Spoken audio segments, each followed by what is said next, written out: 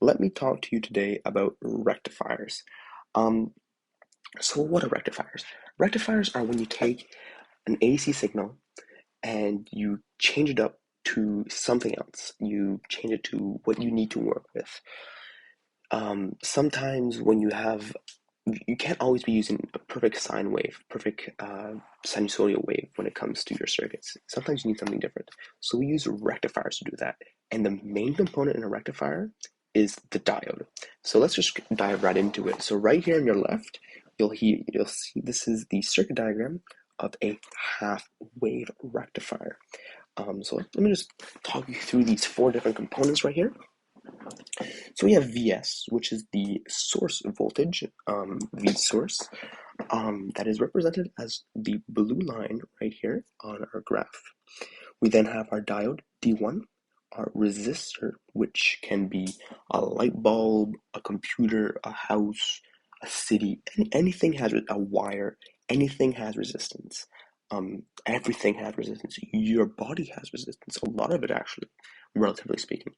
Um, and then we have V out, which is simply finding the voltage across the resistor. So that's all that V out is. Um, oh, little oopsie right here. Let me just, there you go. So yeah, let's just get right back into it. So what is this diode? What does this diode do? So a diode basically applies to the following convention right here. It will only allow current to flow across it if there is more positive voltage and negative voltage on this side. If you were to have the opposite, such in this case, it would not let current flow through. However, everything in life has resistance, as I just told you. So this is what we call an ideal diode. But we're gonna right ahead get into it and show you what a real diode is. So a real diode is composed of these three components: a resistor, of the resistance of the diode, because everything has resistance. VDO, which is the voltage drop across the diode. We'll get into that a little bit later. And okay, the condition is there positive, negative voltage across it. So let's show you the contradiction. So if there's a negative and a positive like this, we still have these two components. However, we will have an open circuit, which means that there's going to be no current flowing through here. And then in the ideal case, we have positive, negative, we have our resistance, we have our VDO, and so the diode acts as a short circuit, letting current flow through with no problem. And so you can add these components to your circuit. So let me show you what the graph looks like with an ideal diode. So this graph actually looks something like this. So as I said, it will not let current flow through if it's negative, if it's in the negative region. So when the Vs is in this negative region right here, the current will be zero, the voltage will be zero, and the current will also be zero. So there you go. But when the voltage is in the positive zone, it will let it flow through like there's no tomorrow, no problem. So yes, no, yes, no. Anyways, you get it.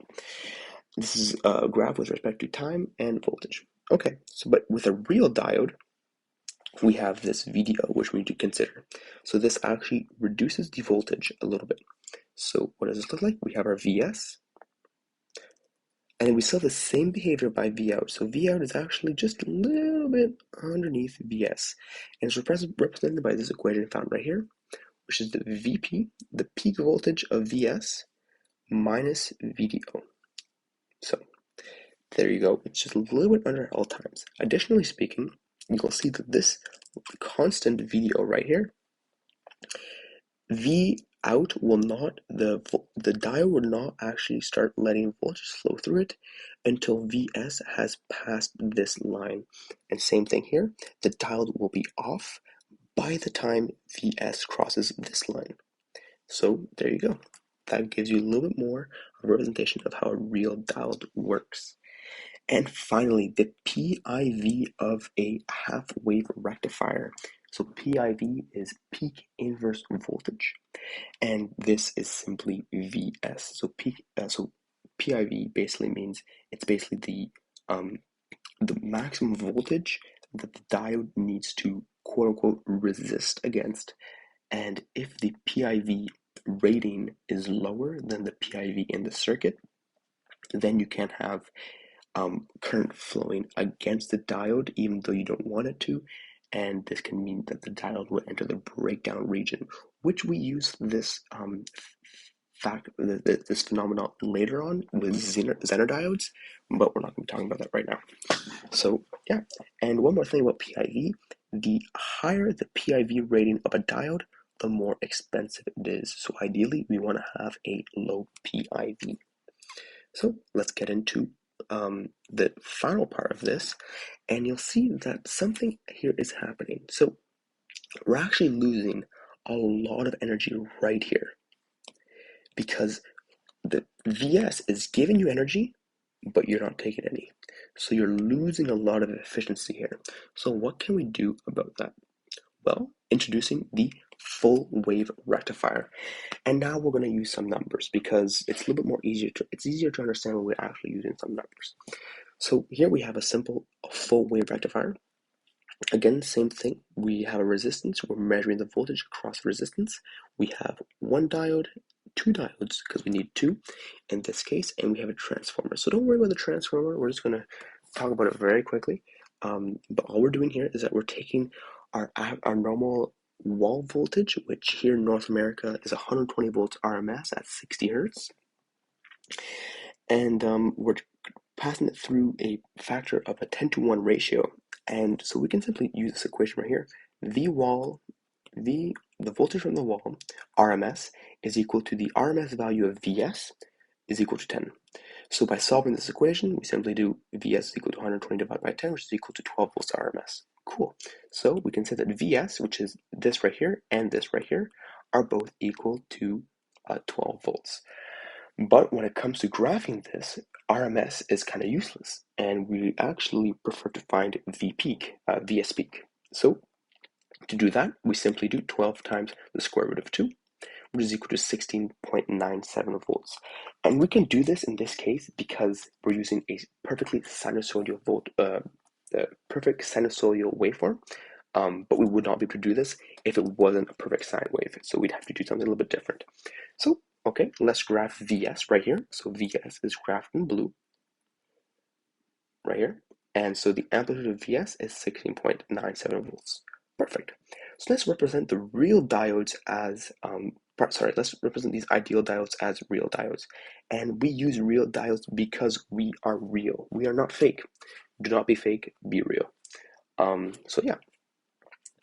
So we're going to just add in these components. We have RD, VDO, and D1, and then we have RD, VDO, and D2.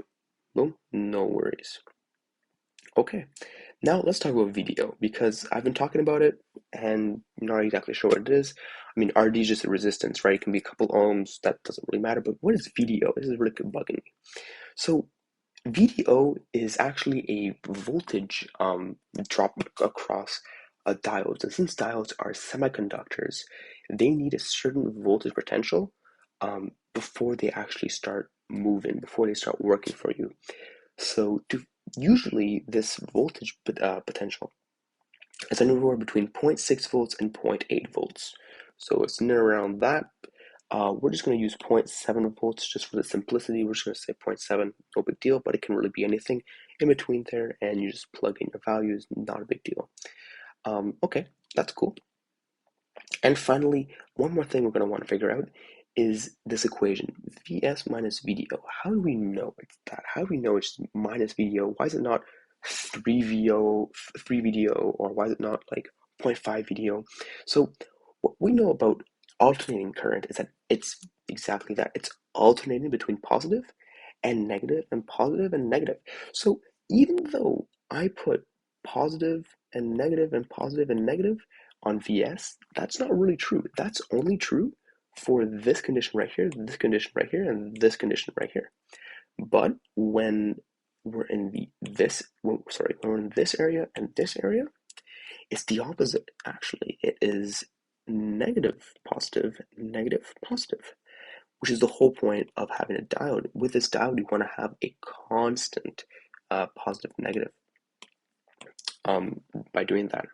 But we can also use it if we want to have, let's say we always have positive voltage, but we only want to have voltage above like a certain threshold, just as 3 volts or something, you can also design the circuit. But we're just gonna pretend we're going from positive, passing through zero, and then going to the negative. So we'll just say that as that for ease of simplicity.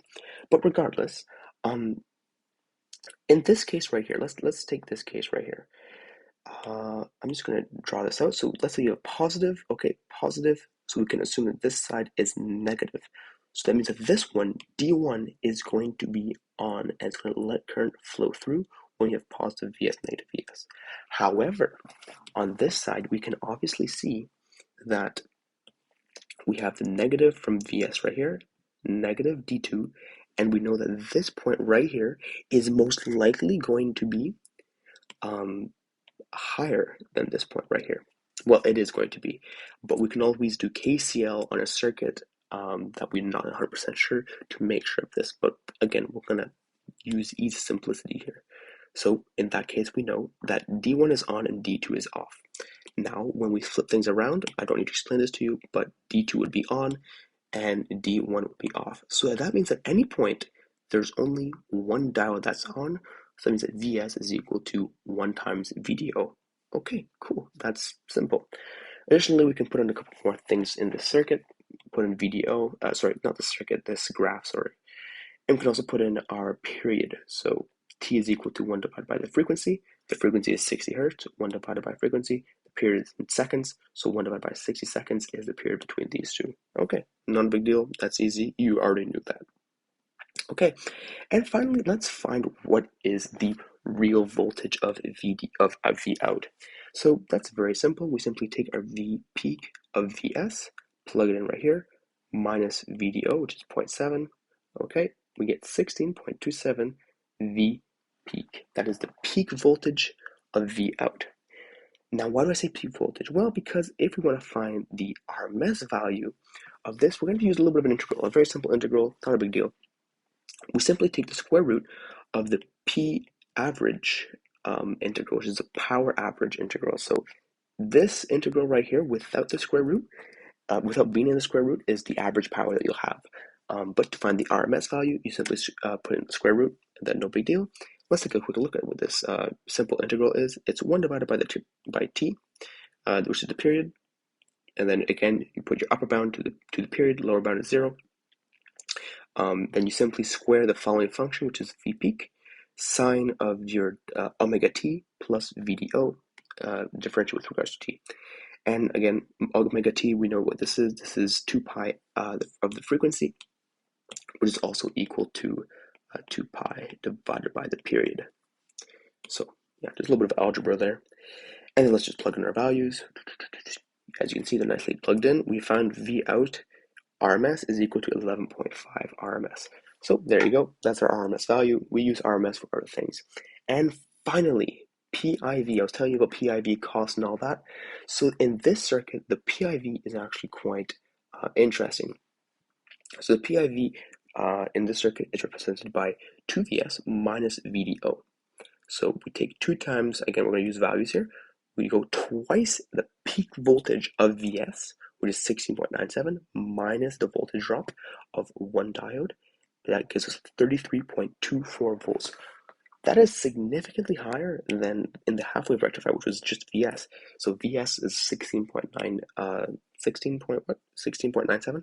So if it was a half-wave rectifier, our PIV would almost be half of what we see in a full-wave rectifier. That is a big difference. Yeah. So is there anything we can do about this? Well, insert the... You need a full bridge rectifier first. So this is the full bridge rectifier. We're going to use the same input values as we did with the full wave rectifier, just to keep things simple. And just right at the get-go, again, so we are going to have our wall voltage, which is 120 volts RMS at 60 hertz. We do a little bit of calculations. Okay, Vs RMS is 12 volts. Okay, no worries. Square root times square root of 2 is equal to 16.97 volts, same voltage as we saw before. And then here we have our difference. We have 4 diodes here in this arranged in this star configuration. we have a resistance, and then again, we're finding the voltage across the resistance. So let's see how this circuit behaves. So when the voltage is positive, negative, so in this area right here, we have this heuristic configuration. D1 is on, D3 is on, but D2 and D4 are off. They're not letting current flowing through. Very interesting. And then when we reverse the polarities, so this is in the bottom half of the sine wave, we simply have D4, oh my goodness, we simply have D4 and D2 are on, however D1 and D3 are off. Interesting. So why would we do that? Well, let's talk a little bit more about this. So let's just talk about one more thing before we go back to the graph. We can now see that the voltage drop is actually 2 VDO because at any given point, 2 diodes are on. So that means it's 2 VDO. So that means that the V peak of V out is actually equal to Vs minus 2 VDO. Interesting. So again, since we have the same Vs, we'll do 16.97 minus 2 times 0.7, which is equal to 15.57 volts. That is the peak voltage of V out. Now, that's interesting because this is actually a lower value than we saw in the full wave rectifier. So this is kind of bad when you think about it, actually. And this is not a good thing because we're paying more because now we have 4 diodes instead of just 2. So we're paying twice the price when it comes to how many diodes we're getting, but we're also losing efficiency. We're losing energy just in this rectification. This is not a good thing. Like, why would someone make a full bridge rectifier and like use more materials? You're losing more energy. And also like the reliability is less because you have more components, and also the fabrication time is longer and all that. Like, there's just so many reasons not to use it. Like, so why would you even use it? Well, let's talk a little bit more about a couple more things before we get right into that. And obviously here I gave you the mirror of the wave just so that you can get a better idea of how V out is respected with respect to Vs. Also, I don't know if I mentioned, but with the full wave rectifier, we still do have this period right here where it's still flat at 0. And finally, we can see that again the gap is Vs minus 2 VDO. Yeah, so there you go. So let's find the RMS value of V out. So again, as we did in the full wave rectifier, unfortunately, we cannot simply say that the RMS value is V peak divided by square root of 2 because of what's happening right here and right here and right here. So again, just plug it back into our average power integral, same exact thing, except we have one little difference, omega t plus 2 VDO. Not 1 VDO, 2 VDO. Again, plug in our values, very simple integral. Evaluate the integral, and then you have V out RMS is equal to 11.01 RMS. So again, in a previous example, we saw that our RMS value was 11.5. So really, that voltage drop is really there no matter what you do. So again, why would you even use this? Okay. Well, it comes down to the PIV. Remember how I told you that the higher the PIV value, the more expensive the diode is. Well, what's special when you The full bridge rectifier. you have the PIV formula for this is Vs minus VDO, not 2 Vs, as we saw in our previous example. So this is simply 15.57. Remember, Vs is a little bit lower in this case, minus 0.7. Oh wait, did I make a mistake here? Wait, Vs. Oh, I did make a mistake. I did make a mistake. Give me a quick second. Vs should not be V peak of V out. It should be 16.97 minus VDO, which is equal to 16.27. Well, it's a little mistake that I made there. Let's not talk about that. But anyways, and regardless, our PIV is still higher than our peak voltage V out. Oops, than our peak voltage V out. But yes, as you can see, this is much better than the 33.24 volts that we found in our previous formula. And like I said, the higher the PIV, the more expensive the diode is. So this is a very good thing, and this is why full bridge rectifiers are used, and this is why full bridge rectifiers are very interesting. Isn't the full bridge rectifier just beautiful?